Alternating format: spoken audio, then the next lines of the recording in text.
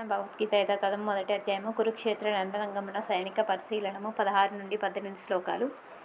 అనంత విజయం రాజా కుంతీ పుత్రో యుధిష్ఠిరా నకుల సహదేవచ్చ సఘోష మణిపుష్పకౌ కాశ్యచ్చ పరమేశ్వాస శిఖండీ చ మహారథ దృష్టద్యుమ్నో విరాటచ్చ సాత్యకిచ్చ పరాజిత ద్రుపదో ద్రౌపదేయాచ్చ సర్వశః పృథివీపతే సౌభద్రచ్చ మహాబాహు శంఖాన్ దద్ము పృథక్ పృథక్.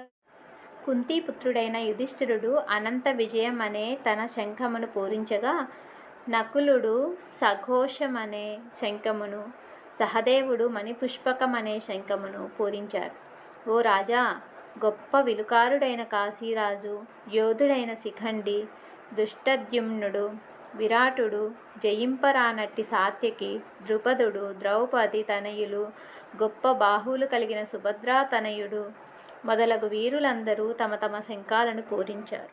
భాష్యము: పాండుకుమారులను మోసం చేయడం, రాజసింహాసనాన్ని తన పుత్రులకు కట్టబెట్టే యత్నం చేయడం అనేది అధర్మ యోచన.